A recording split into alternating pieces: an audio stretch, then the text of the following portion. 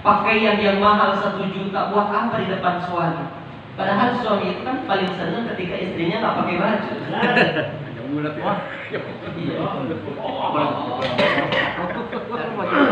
Wah. Kalau bahasa kerasan di belakangnya paling senang.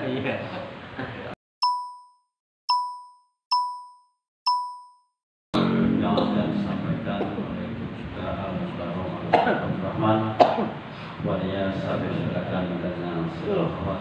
Sallu ala Muhammad.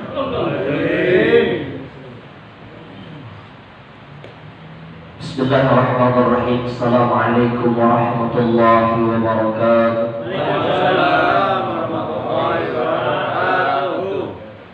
Alhamdulillahi wa kafa bil jalali wal halali wal haram. Ashhadu an la ilaha illallah wahdahu la syarika lah wa ashhadu anna Muhammadan abduhu wa rasuluh. Ya umatal Islam wa ya murassal aqidah la ansa ad'usyukum jami'an bi taqwallahi wa bi ta'ati Rasulillah sallallahu alaihi wasallam.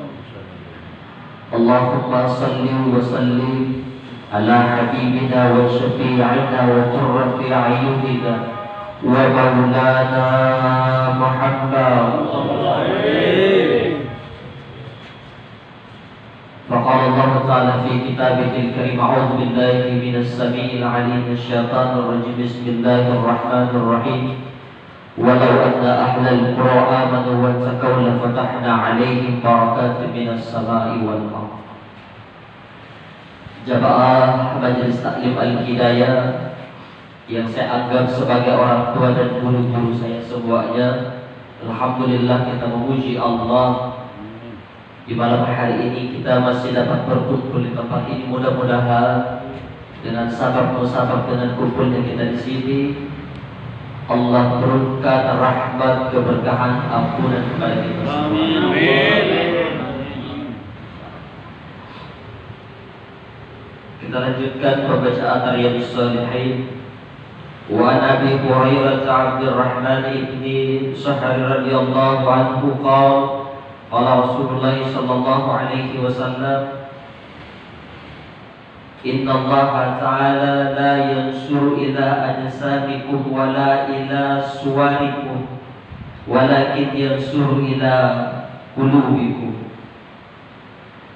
Jadi berkata Rasul sallallahu alaihi wasallam, Inna Allah ta'ala, sesungguhnya Allah subhanahu wa ta'ala, la yansuru ila ajsamikum, Allah itu tidak melihat dari jasad, dari fisik kalian.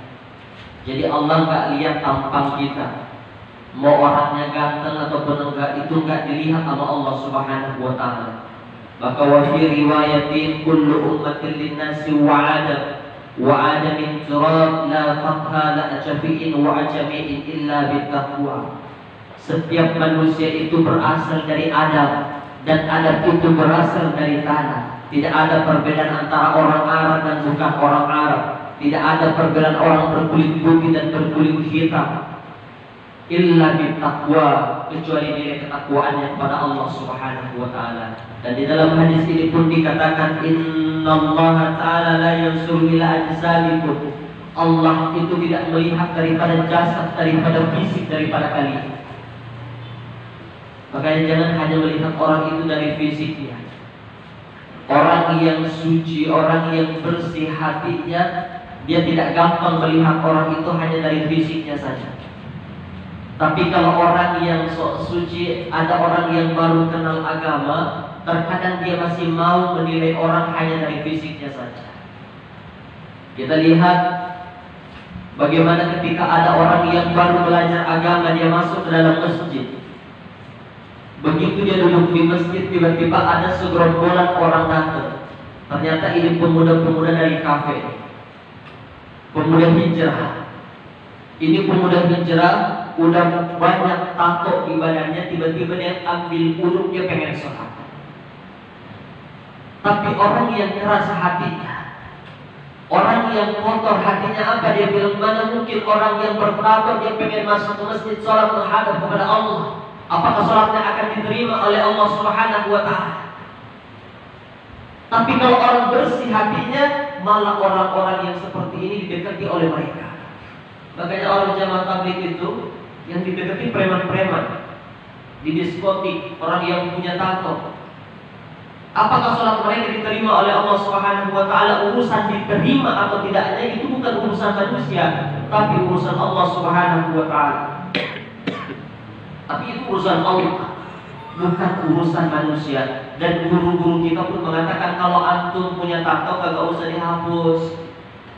Kagak usah dihapus. Kenapa? Kalau dihapus disetrika itu nyakitin diri, dan Islam itu melarang kita mengobati dan menyakiti diri kita sendiri. Tapi sekarang ada juga tuh yang program-program lembaga-lembaga menghapus tato gratis. Tapi ada kualitas juga, karena gratis nggak bersih. Sakit juga katanya, kata teman-teman tuh sakit juga, masya Allah. Jadi jangan pernah lihat fisik orang.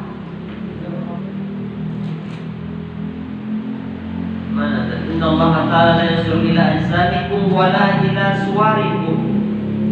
Jangan melihat bentuk manusia, jangan melihat fisiknya, jangan melihat bentuknya.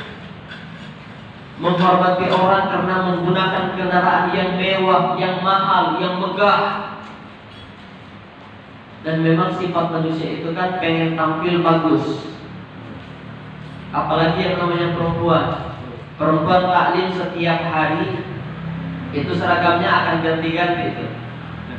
Coba kita, termasuk saya, taklim kita di sini pakai pakaian baju itu aja, nggak pernah ganti-ganti. Beda.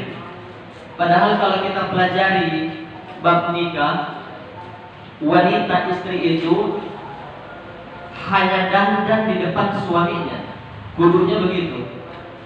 Cuma bedanya kan sekarang dandannya ketika pengen keluar rumah, pengen kondangan, sama keluarga saya juga sama seperti itu. Tapi kalau dalam segi agama kan tidak, dandannya di depan suami. Kalau hanya pengen dandan, beli pakaian yang mahal 1 juta, buat apa di depan suami? Padahal suami itu kan paling senang ketika istrinya nggak pakai baju. Iya. Wah. Kalau bahasa ke arah santri belakangnya yang paling senang. Iya. Iya, lagi enak badan saya. Saya lagi libur beberapa hari, aktivitas di luar nggak ada sebenarnya. Makanya hari ini saya balas chat tadi pakai jempol, jarang-jarang. Kalau insya Allah dibilang bakal wajib datang. Kalau jempol tadi kalau hujan saya nggak datang. Besok saya mesti libur. Semoga saya diberikan kesehatan oleh Allah. Amin. Jadi jangan melihat fisik orang. Imam Ahmad bin Hambal kaget sama orang tukang cukur ketika dia menunaikan ibadah haji.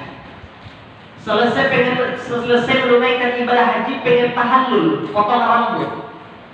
Tahallul itu sebetulnya potong hanya beberapa helai saja, tapi banyak orang yang botak. Imam Ahmad bin Hambal ini kan diantara dari siapa yang tidak kenal beliau? Di antara 4 imam mazhab. Mungkin kita nggak ada yang mengikuti Imam Ahmad bin Hambal di sini. Tapi saudara-saudara kita di luar banyak, dan masya Allah luar biasa. 4 imam ini tidak ada yang salah, Pak ya. Beliau ini ketika pengen tahallul masuk di tukang cukur zaman dulu nggak kayak sekarang.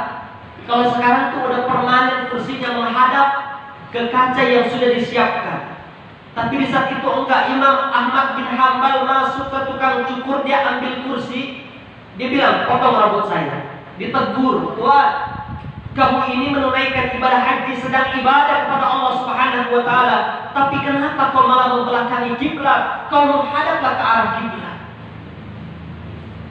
Bayangkan Imam Ahmad bin Hambal ditegur sama tukang cukur. Dirubah posisi duduknya. Kata Imam Ahmad bin Hambal, rambut saya yang sebelah kiri ini lebih tegak dirinya. Kau rapihkan dulu yang di sebelah kiri ini, baru yang di kanan. Disampaikan lagi dalilnya. Tuhan, bagaimana kamu ini?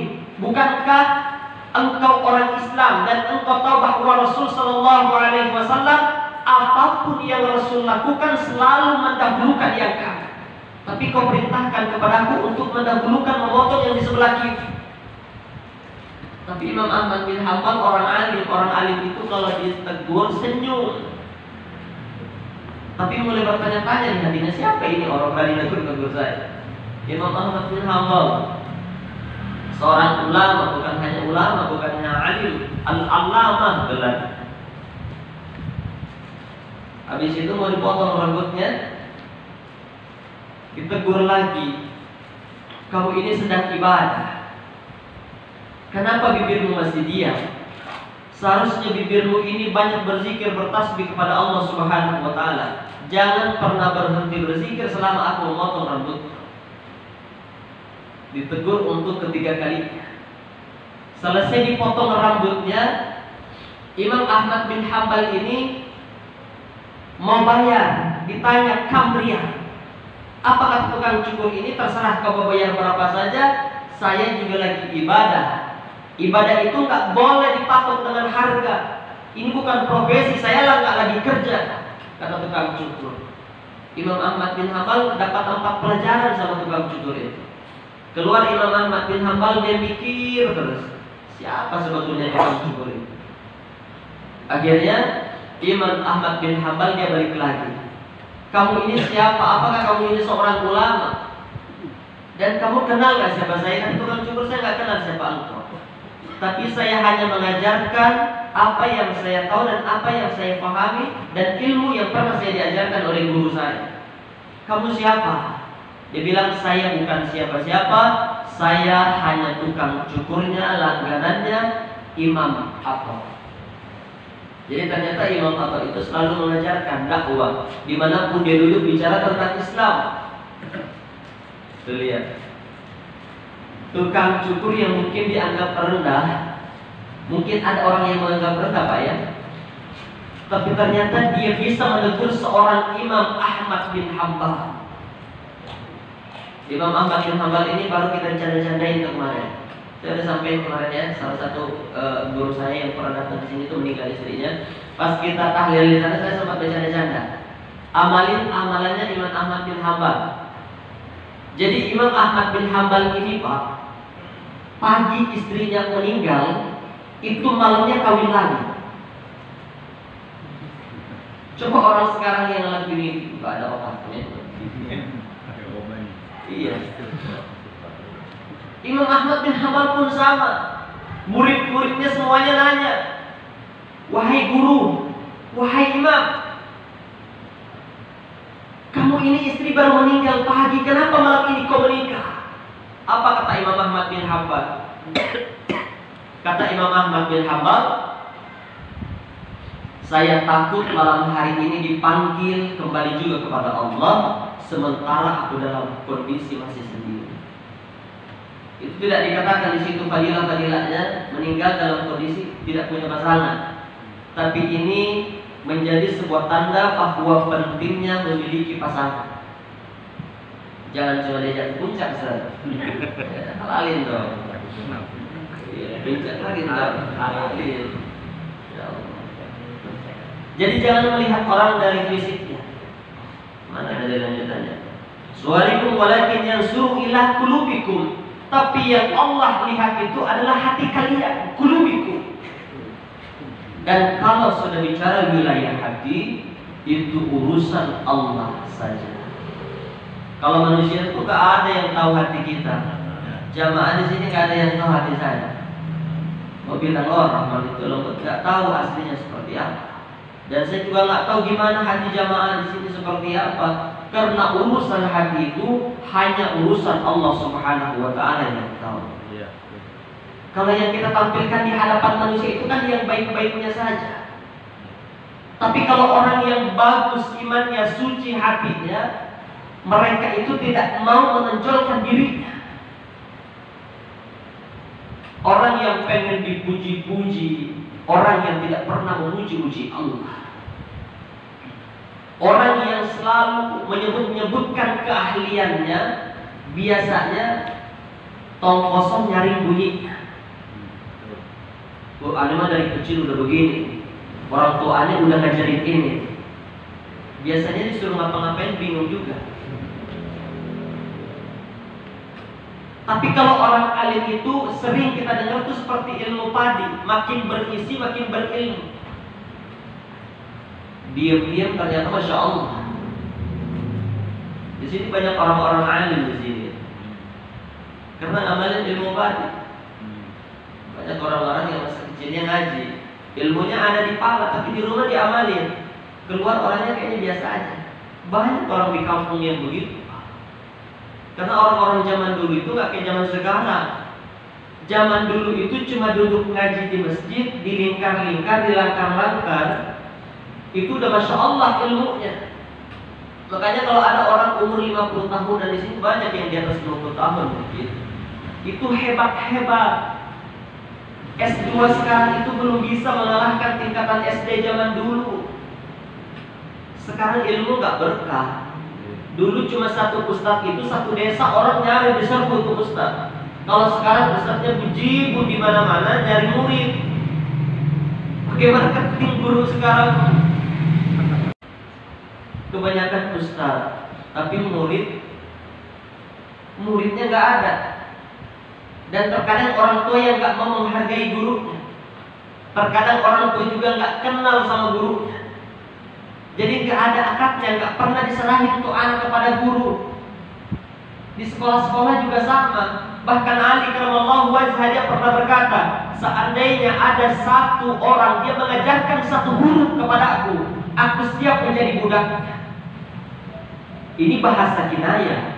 Ini bahasa kinayah, tapi begitu pentingnya ilmu. Kita menitipkan anak kita di guru ngaji, kita menitipkan anak kita di sekolah-sekolah. Berapa huruf yang diajarkan sama guru itu bukan hanya satu huruf, berbab-bab ilmu yang diajarkan.